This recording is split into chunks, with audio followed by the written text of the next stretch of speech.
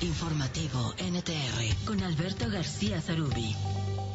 En la mañanera, nuevamente, el presidente Andrés Manuel López Obrador prendió el tema de la sucesión presidencial. A la pregunta si la jefa de gobierno Claudia Sheinbaum es su preferida para ser la candidata de Morena en 2024, López Obrador afirmó que él no tiene ni preferido ni preferida. Ante la mirada atenta del canciller Marcelo Ebrard, quien estuvo presente en la conferencia de prensa mañanera, el presidente se pronunció por una encuesta para elegir al aspirante presidencial de Morena. Te digo, no tengo ningún preferido, a ninguna preferida, hablando en términos de pluralidad y de género. ¿Quién lo va a decidir en su momento? ¿Pero quién lo va a garantizar, señor presidente? El ciudadano. No, la gente está muy despierta.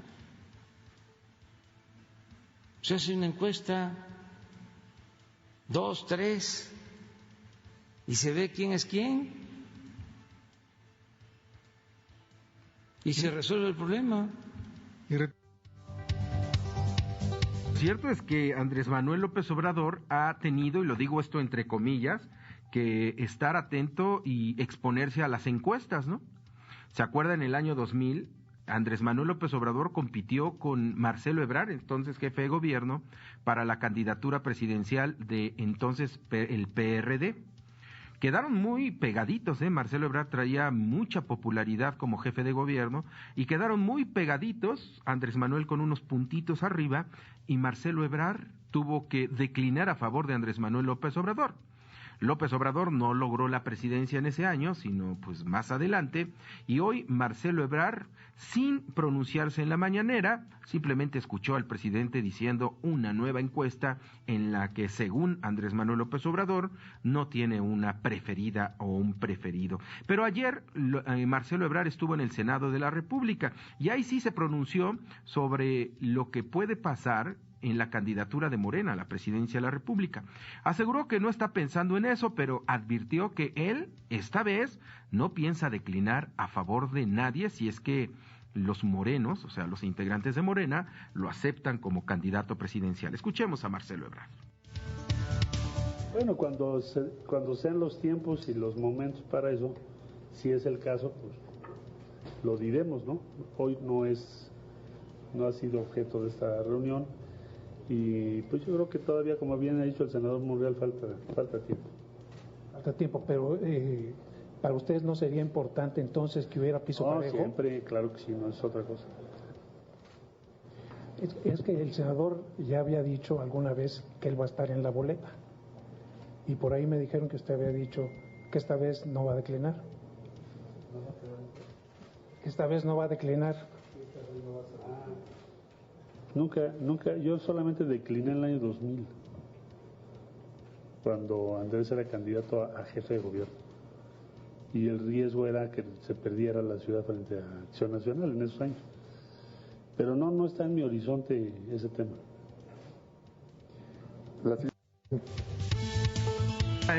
Ya hasta le dijo Andrés.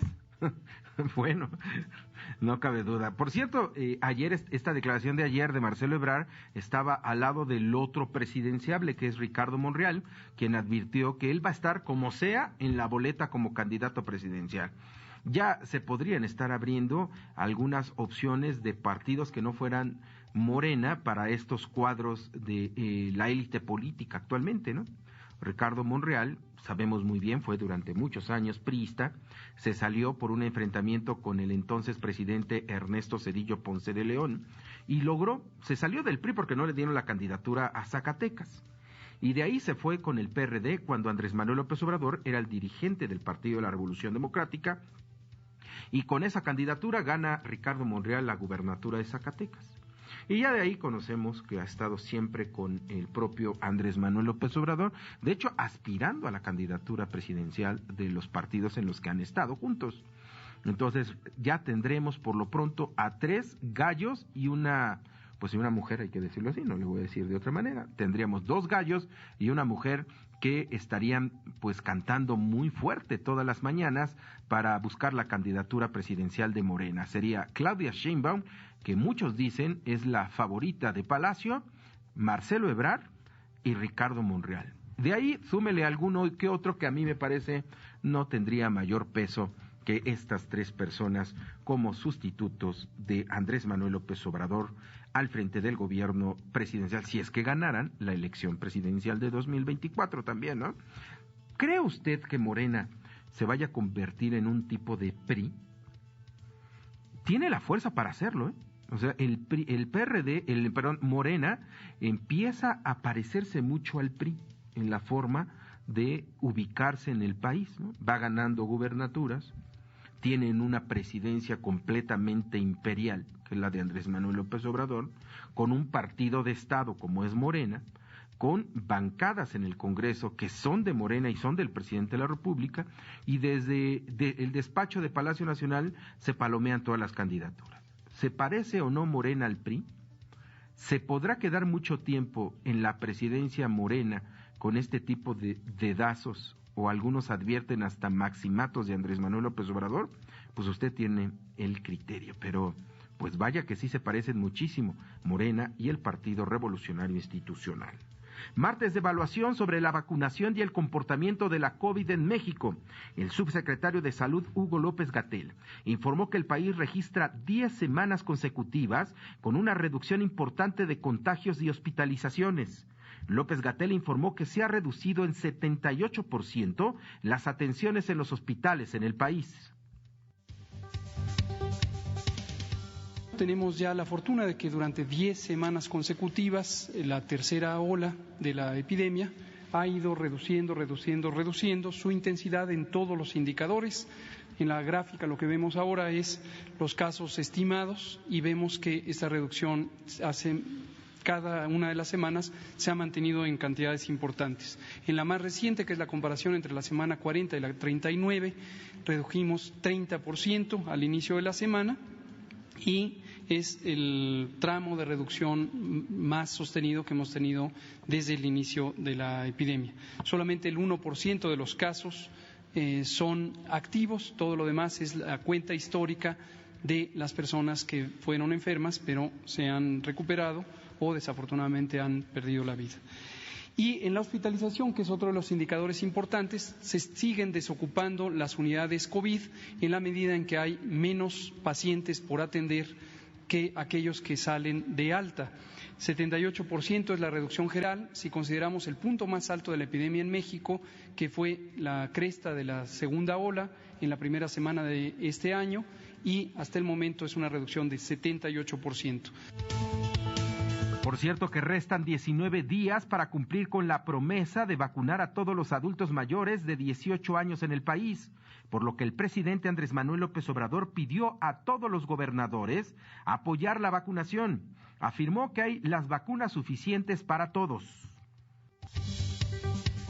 Y pedirle a las autoridades municipales, a los gobernadores, para que en estos días que faltan, más de 2 semanas para terminar el mes de octubre, podamos entre todos cumplir con la meta de que se vacune a toda la población mayor de 18 años, aún con una dosis. Ya aquí se dio a conocer, hay vacunas suficientes en todos los estados. El presidente reafirmó su confianza en el secretario de Salud, Jorge Alcocer, y en Hugo López-Gatell nuevamente. ¿Cuántas veces no ha tenido que hacerle coqueteos a Andrés Manuel López Obrador a Hugo López-Gatell ante la crítica de su pésima gestión al frente del control de la pandemia? ¿Cuántas veces un jefe tiene que decir que confía en un trabajador tan criticado como Hugo López-Gatell? López Obrador dijo que el propio Hugo López se le hizo una campaña para desacreditarlo, pero no lo lograron y así, ante la falta de credibilidad, el presidente opta por victimizar a su, ¿cómo lo podría decir? A su trabajador nada más. El doctor Hugo López-Gatell, de primera, especialista, pero como a él le tocó desde el principio estar informando, a nuestros adversarios les molestó muchísimo. Querían o pensaban que iban a poder ningunear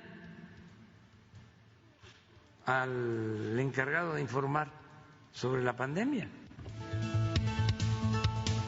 Ay, pobre muchachito. La verdad es que sí, dan ganas hasta de llorar cuando lo ve uno, cuando el presidente se refiere a él en la mañanera. Véalo en redes sociales o en la televisión. Bueno, no, nada más le falta para película mexicana el rebozo al señor Hugo López-Gatell de tanto cariño y tanto amor. La secretaria de Educación Pública, Delfina Gómez, informó que aún hay 14 estados de la República que no regresan de manera normal a las clases presenciales. Informó que en el país más de 16 millones de alumnos de educación básica ya toman clases en las aulas y no se ha detectado algún brote de contagios. En lo que se refiere al número de escuelas abiertas, contamos ahorita con un total de 156.042 escuelas abiertas.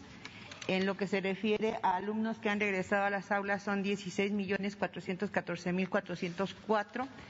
Y en lo que se refiere a trabajadores de la educación que han regresado a las aulas es 1.374.230.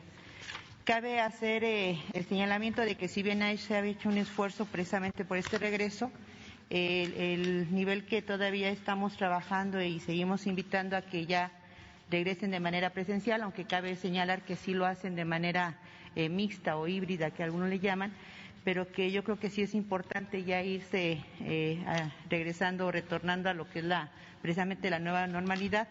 Tenemos estados que están por debajo de la media en la apertura de universidades. Esto se refiere a un menos del 50% de lo que es su número de universidades. En el caso está Baja California Sur, Campeche, Ciudad de México, Colima, Durango, Guerrero, Hidalgo, Estado de México, Morelos, Nayarit, Nuevo León, Puebla y Querétaro. Qué bien se expresa la Secretaría de Educación, ¿verdad? Da clases de oratoria a la señora secretaria de Educación. El presidente Andrés Manuel López Obrador hizo un llamado a las universidades del país para que regresen a la brevedad a clases presenciales. No hay ningún riesgo de regresar a las aulas, agregó.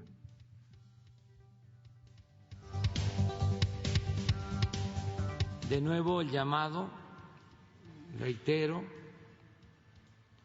el llamado a universidades públicas, a directivos, maestros, alumnos, para el regreso a clases presenciales.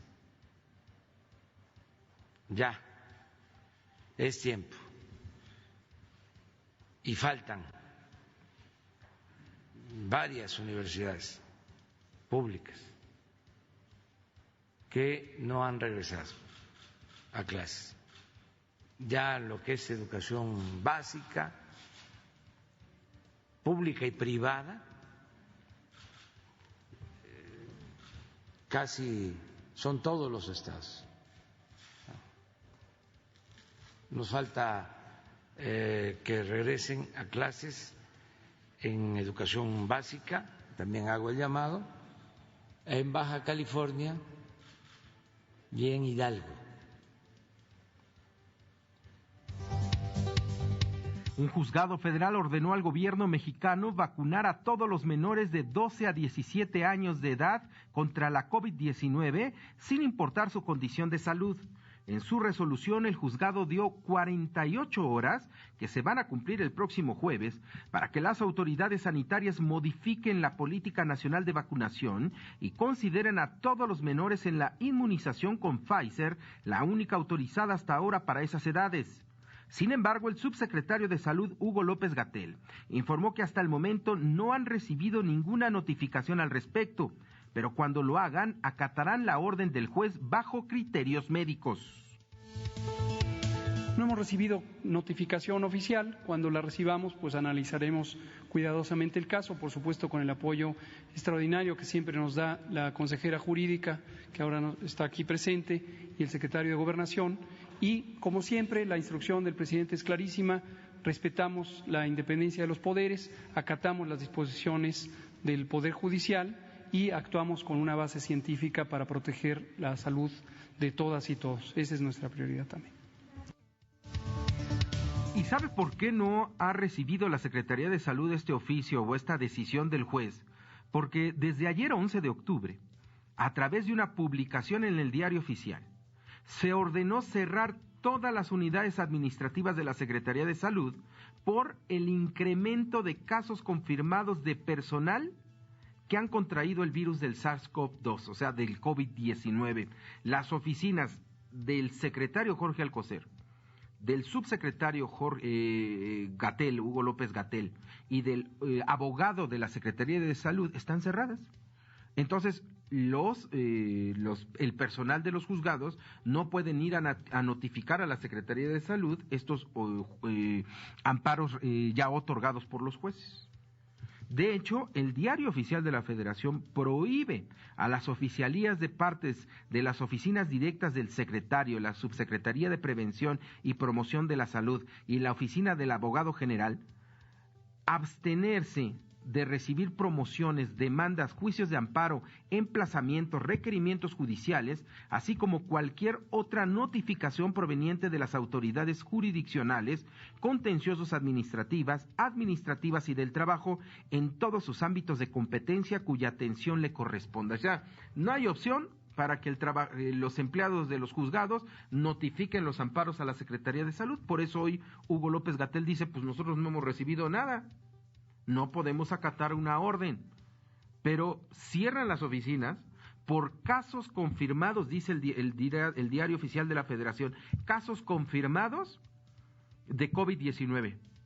Entonces la pregunta es, ¿por qué Jorge Alcocer y Hugo López-Gatell estuvieron hoy presentes en la mañanera con el presidente de la República? ¿No están o sí están en cuarentena, como ya pusieron a la propia dependencia? Esto más bien se llama trampa.